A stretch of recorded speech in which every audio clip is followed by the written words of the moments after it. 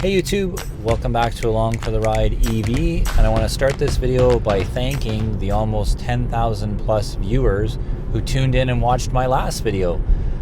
Pretty exciting stuff for an amateur YouTuber. In 3 days we had over 9,000 viewers that tuned in and watched, and I'm not sure what made it so popular. I'm thinking it could have something to do with the price of gas right now because it's incredibly high. I just drove by a gas station right now that said it was 170.3. So that is more than I would want to pay for gas right now. So thank you. That's fantastic. It's almost like getting a bit of a Christmas gift when you post videos and they go that viral and go that big. Pretty fantastic. I hope people are getting information out of what I'm posting, and it looks like based on that video that's happening. Please let me know in the comments if there's other things you want me to talk about and topics you want to look at. Happy to take a look at them and see if we can create a video to kind of answer your questions. That's what this is all about. I mean, would I love if my channel grew and I was making money off it? Absolutely. Not really the purpose though, or not really the primary goal here. The primary goal is to get this information out there, help people make educated decisions on whatever it is I'm doing, and just I enjoy making videos. So why not make videos? It is a time-consuming process, I will tell you that. Thinking of doing a video on that actually, and just sharing with you the process, especially as a singleton. I enjoy doing videos when I get a chance to do videos with friends. Jamie's been in a couple of them and it's been fantastic. It's definitely easier to kind of create the camaraderie. It's also a little easier to kind of get the camera shots you want and all that kind of stuff. But the setup and stuff is a little bit of work. There's no question about it. And coming up with the script and the topics is also something that you need to be working on, and something I'm hopefully getting better at and working a little more on. So this video it's come to the day. The day has come where I'm going to have to say that the Model Y is not going to do what my F-150 would have done. Tomorrow I've got 6 students going to a Skills Canada carpentry competition here in Cambridge, so not very far. And we've got like 3 big toolboxes, and we got sawhorses and benches and stuff like that we need to bring along with us. And I probably could have got it in the back of the Model Y. I think it would have worked. It would have been a little tight and things would have been a little close to the inside interior, the glass and that kind of thing. So I wasn't really thinking that I wanted to do that. So I am going to hook up a trailer. I'll show you a clip of what the trailer looks like. That's what we would have had to put in the vehicle. I think most of it would have went in there, but I think it's better just to have it in the trailer. I would have gotten it all in the back of the bed of the truck, no issues, that's for sure. I still would have had to bring a trailer anyways, because when they're done the competition, the 2 benches and the picnic table and benches that they're building, we actually get to bring home. So I'm going to need the trailer space anyways. So we're hooking up the trailer. Haven't done that before. I mean, I've taken a look at the trailer hitch. I've got my trailer hitch stuff from the truck. Should be pretty okay. I'm not too worried about the height. Definitely a little low. We could always slip that ball up and over top, which we could do. That would certainly help. Definitely not worried about range or anything like that because we're not going very far, and the trailer is not going to be loaded very heavy, so we'll be totally fine with weight. Because the beauty of the Model Y, the Tesla Model Y, is the fact that it tows 3,500 pounds. One of the main reasons why I bought the vehicle was because of that simple fact. There aren't many hybrids or electric vehicle cars out there that will tow 3,500 pounds.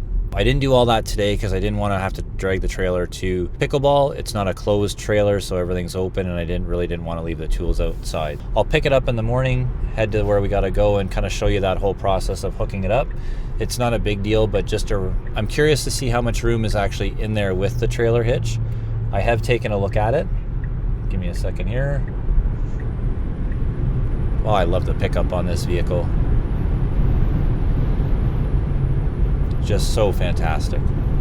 I'm curious about the space. I have taken a look at it. I know that you can get in there, but I have a fairly large locking pin that I use for my trailer hitch on the truck. I'm not sure if I'm going to be able to get it in there, or I'm going to be able to get at it to lock it. We'll hook it up in the morning, plug it in, make sure everything works, see what Ruby does when a trailer is hooked up, and we'll just go to where we got to go and get done. So we'll give you some footage of that. Again, if you've hooked up a trailer, you know how to hook up a trailer. It's not a huge ordeal with Ruby.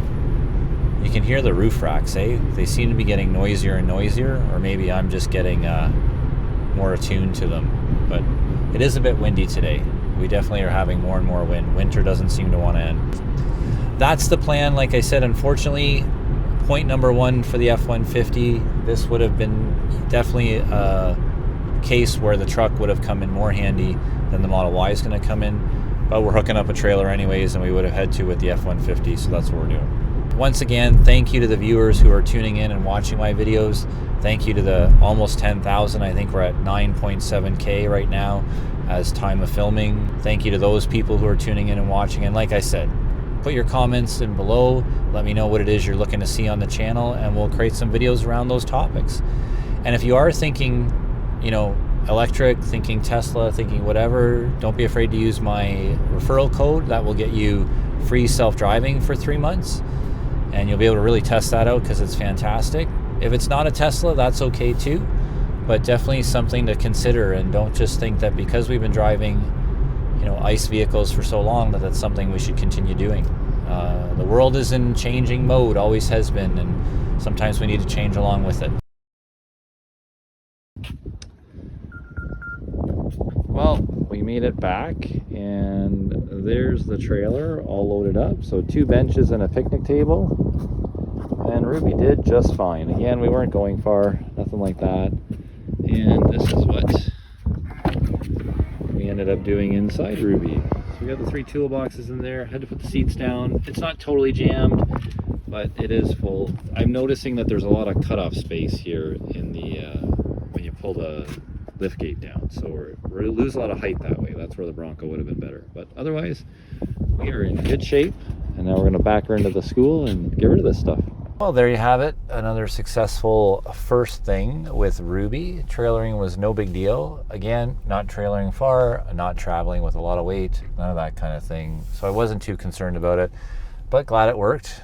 Again, some simple things that I just think Tesla needs to work on. I mean, this is so much a computer on wheels. Like, there's so much it can do, and yet there's so many little things it doesn't do. So plug a trailer in and it goes into trailer mode automatically. Unplug the trailer, we're still in trailer mode. So you need to get in and turn trailer mode off, even though there's not a trailer hooked up, unless you want to see a red little trailer icon at your screen all the time. So that's kind of interesting. Auto steer does not work when you are towing a trailer. And again, I think that has to do with the fact that you can't program the car for the trailer, which I think you should be able to do because lots of other cars do it. And this is just a big computer on wheels. So why can't we do that, Tesla? So definitely I would be working on that. That's one thing I would recommend, because I'd love to be able to program my trailer so it knows what it's towing and keeps track of the mileage. That's the one thing I did like about the truck as well, is it kept track of the trailer mileage. So you were able to then, you know, do your maintenance when you need to do your maintenance, just do it every year or whatever, but at least you knew how many miles were on that trailer, because I would regularly switch my trailers because I had them all programmed. So that would be a nice thing for them to do. A successful first time towing, no big deal. You can't really feel it back there. I mean, these electric motors and the torque or horsepower in them is just fantastic. Can't complain. In case you're curious how we did at Skills, Regional Skills there, we took 4 students, or I took 4 students. There were lots more from our board. I took 4 students, and 4 students brought home medals. So we got a bronze in one category, or in a category, and we got 2 golds in both the individual and the team carpentry competition. So I have 3 students that are again moving on to the next level, 1 to a qualifying competition and the other 2 to a provincial skills competition in May. So pretty successful. I love taking kids who are passionate and interested, and I love bringing home medals like that. So another successful win for today. A great day here on Along for the Ride. So thanks for tuning in. Again, feel free to use those comments and let me know what you'd like me to do videos about. And just glad to have you along for the ride. So this is Along for the Ride, Evie, Greg Sinti saying, see you till the next one.